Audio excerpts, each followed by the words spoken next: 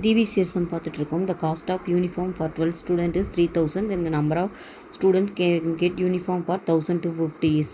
12 மாணவர்களுக்கு சீருடை வழங்க வந்து 3000 ரூபா செலவாகுதுன்னா 1250 ரூபாய்க்கு எத்தனை மாணவர்கள் சீருடை பெறுவாங்கன்னு கேட்குறாங்க. ஸோ முதல்ல நம்பர் ஆஃப் ஸ்டூடெண்ட்ஸ் வந்து என்னன்னு எடுத்துக்கலாம். அது உங்களுக்கு காஸ்ட்டு வந்து சீன் எடுத்துக்கலாம். இப்போ பாருங்கள் எத்தனை ஸ்டூடெண்ட்டு 12 ஸ்டூடெண்ட்ஸ்க்கு 3000. ஓகேவா? இப்போ கீழே அமௌண்ட்டு கொடுத்துட்டாங்க 1250க்கு எவ்வளோ ஸ்டூடெண்ட்ஸ்னு கேட்குறாங்க. ஓகேவா?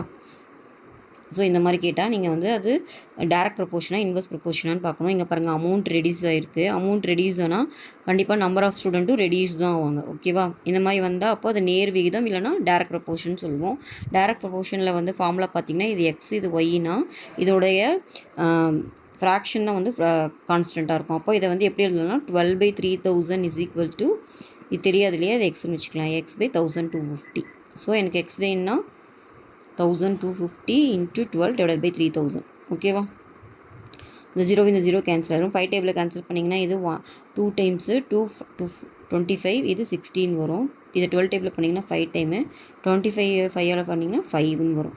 அப்போ வந்து இப்போது 1250க்கு எத்தனை பேருக்கு ட்ரெஸ் எத்தனை மாணவர்கள் சீருடை வாங்குவாங்கன்னா 5 ஸ்டூடெண்ட்ஸ். ஓகேவா?